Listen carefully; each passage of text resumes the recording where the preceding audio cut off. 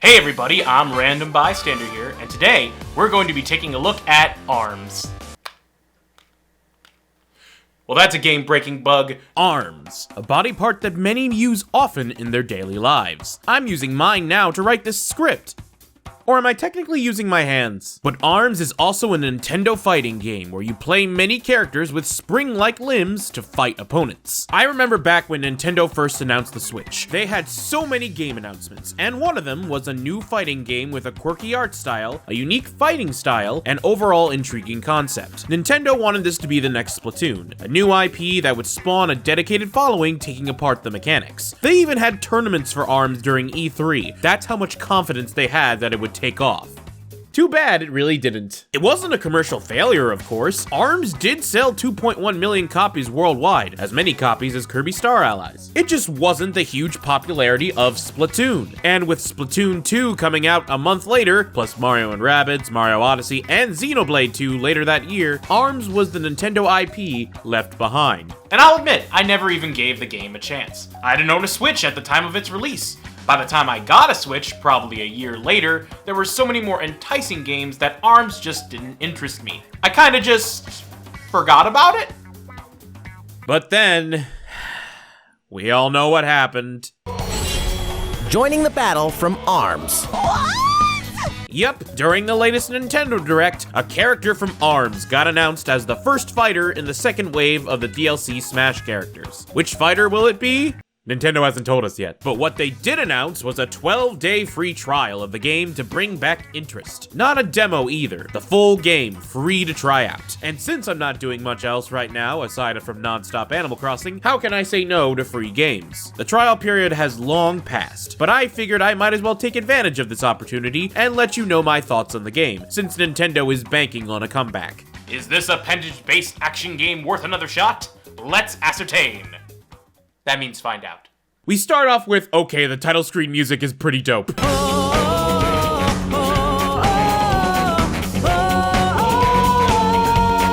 This does exactly what an opening should do, get you hyped. Just the way the chorus gets so powerful with a funky beat underneath, who cares if the lyrics are just one vowel repeated over and over?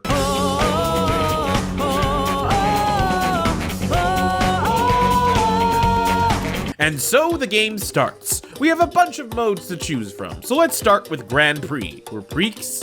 I don't really know how to pronounce it. The story mode of this game, and I can't add heavier enough air quotes to that. The Grand Prix starts with you picking out your character and fighting a random series of challengers, while the segments in between are narrated by a fist-faced announcer named Biff. What are you looking at, butthead? You start each match with 3 possible arm choices, all of them varying depending on your character. These choices combined can do a variety of powers and side effects. You can punch with your right and left arm, duh, or you can use both at the same time to perform an effective and flashy grab attack. You can also perform a shield attack to defend from normal punches, but not grab attacks. Another reason why I love them. You can dodge moving left to right, and you can also get your charge meter, where you can perform a fury of punches to your opponent. The fights actually seem really fun, and it can be really satisfying to beat your opponent in a fight. Plus, checking out the replay of how you punch or grab your opponent, really cool. That's the Grand Prix. Match after match until you beat the title match, and then bam, you're the heavyweight champion.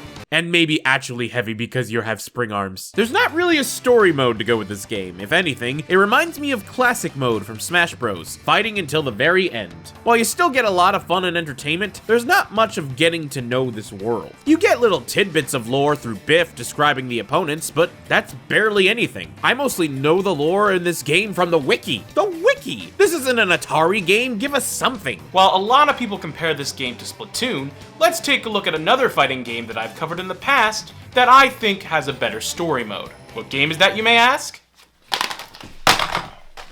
Punch-Out Wii. Now you may be asking, how does a boxing game have a good story? Well, it does a lot of things right. Sure, gameplay-wise, you're just boxing with fighter after fighter, but you get a cool animated introduction with each opponent, you get breaks in between the fight where characters show off their personality, and whether they win or lose, their actions further informs the character. Not to mention the training montages with Doc Lewis make Punch-Out World feel more alive. Arms just doesn't have that. Why can't we see these characters' backstories ourselves, instead of having a fist with a text bubble talking about them? Darn it, ARMS! You not only made me mad for not having a proper story, but now you're making me want a Punch-Out Switch. Please let there be a Punch-Out Switch, Nintendo. Please. And it's really frustrating that the story mode is lacking, because the character design is too good for this. ARMS has such a colorful cast of fighters, each one with their own memorable quirk, stage, and musical theme. There are 15 different characters for you to choose from, and we're going to list them all right now. Springman, the main character, probably the blandest of the bunch, but he's still well designed, known as the Bouncer. Ribbon Girl, Springman's female counterpart. I prefer her to Springman, and her music is my favorite. Very quick and nimble fighter. Ninjara, a graduate of Ninja College and looks pretty cool with a darker look. Fast, and has one of the best dashes in the game. Wait, there's a Ninja College? Master Mummy, the Bowser of the ARMS fighters for sure. A big scary guy who has the strongest grab in the game. Min Min, her arms resemble noodles, and that's adorable. One of her arms can morph into a dragon? Steamed ramen, anyone? Mechanica, the only fighter who doesn't have arms. Okay, she has arms, but not arms. This world is confusing. She uses a mechanical suit to compete, but nimbler and better at jumping. Twintel, a fan favorite. Try to guess why. She's unique and uses her pigtails to compete. With her, there's no such thing as a bad hair day. Bite and Bark, the roster's only duo, working together to fight and even distract their opponent. Also, gotta respect the pun. Kid Cobra, a quick arms fighter who was once a skateboarder and can really move faster than any snake. Also, Cobra, attack! Helix, a gigantic amoeba in the ARMS universe. This gelatin is super good at dodging attacks. Also, people were fans of him long before the game came out. Praise Helix. Max Brass, the organizer of the tournaments. He has the power to temporarily make himself buff from the waist up. Lola Pop, a street performer turned ARMS fighter who can inflate her body when she uses her shield attack. Let's hope Lola doesn't pop. Missing No, I may have pronounced that wrong. A fighter who has a spirit companion to give him buffs and many useful skills during combat. Sadly, he does not look like a glitched Pokemon. Springtron, the evil robotic creation morphed after Springman. He does a frightening shockwave attack and just looks cool overall, like an evil version of the main robot from Robots. And Dr. Coyle, the director of the ARMS lab, who can levitate throughout the entire match and is extremely broken, but looks really cool too. These characters are greatly designed, and apparently, the lore on the wiki shows so many connections between the fighters, but it's all told through this fisty announcer. And yes, there are things like the gallery as well, where we can see fighters interacting with each other and the world. This joke has a whole new meaning in 2020. If there were a story mode or cutscenes or something to show what these characters are and how they connect to one another, something. It just seems like a missed opportunity, especially with these cool characters. Also, one of these guys is gonna be in Smash Bros. I want Ribbon Girl, Twintel, or Helix. Alright, let's stop criticizing the game for what it's not. Let's focus on what it is. A cool fighter with great character design. And not just with one-on-one fights either. Other game modes include Skill Shot, which is essentially break the targets if it were two-player, and you have to break the targets faster than your opponents. You can also use arms to damage them, which is not only fun to do, but can also give you more points for doing it, so be sure to give your opponent a good whack. There's also Volleyball, or V-Ball as they call it here, which is honestly what you expect. Just volleyball with extendable arms. Also, the ball explodes. But the most fun mode, in my opinion, is Hoops. Basically basketball. There's no exploding ball in this game mode, no sir. Instead, you dunk your opponent into the basket, and whoever dunks the other the most wins. These game modes vary up the gameplay quite a bit just beyond fighting. The matches never came across as tedious, even though I'm really bad at this game. Still, the Grand Prix mode is not my favorite part of the game, as I feel it really could have been improved. My favorite part of ARMS, however, has to be Party Mode, where you can fight with your friends online. Sure, this game has a versus mode where you can fight locally, but I find the party mode a lot more fun. You get matched with a bunch of random players and get selected to face various challengers. A lot of them are stuff we have covered before, the one-on-ones, the volleyballs, the slam dunks, but it adds other modes like teams, 3-on-1s, and a real popular one, working to defeat the moon from Majora's Mask if it could punch you. Beware, I live.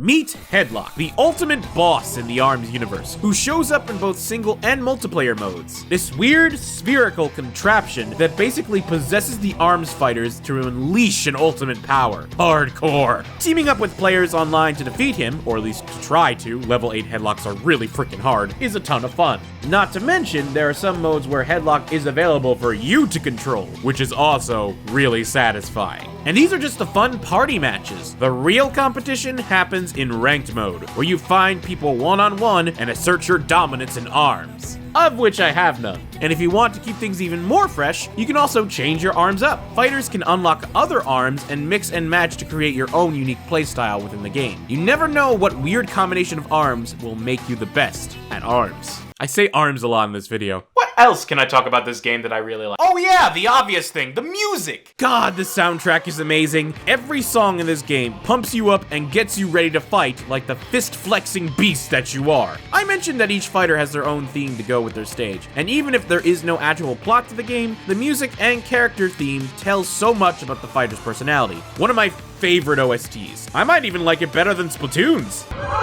Yeah, I said it. Man, there is a lot more to this game than I really thought. I mean, sure, the story mode isn't the best it could be, but the gameplay is tight, the competitive scene is cool, the character design is nice, and I love the music. Maybe this game deserves another shot. Do I think the game is perfect? No, the lack of story mode is a huge drawback, but aside from that, the game still has impeccable character design, heart-pumping music, and fun online and competitive play. For some, the game may not be worth the full price of $60, and I understand that, but it is fun, and I can see how its competitive nature can draw people in. It may have been overshadowed at launch, but I'm hoping the release of the new character in Smash, whoever they are, will be enough to encourage a revival of the series, and maybe others will also give this game a second chance. Thank you all for watching, and remember, we all know who's going to be sent that Smash Bros invitation. Praise Helix! Hey everybody, I'm RandomBystanderHere, and thank you so much for watching all the way to the end of the video. If you like this video, we have a lot more videos for you to check out, including a review of Animal Crossing and so many more games of Switch games and other Nintendo games for you to check out. If you want to be notified of future videos, hit the subscribe button and that notification button to be notified of when future videos will come out. I plan to release a video each and every week, so you don't want to miss them. Also, feel free to hit that like button and comment if you like. It really does help out with the channel, thank you. I also stream on Twitch at least 4 days a week at 5 p.m. Eastern Standard Time, or later. You can find out my exact schedule by following me on Twitch and on Twitter, and heck, might as well follow me on Instagram and TikTok too. I make content on there as well. You don't want to miss it. A lot of people like it. Thank you all again for watching. It means so much to me, and I'll see you all in the next video. I thought I'd do something with arms, because you know, arms! I need to work out more.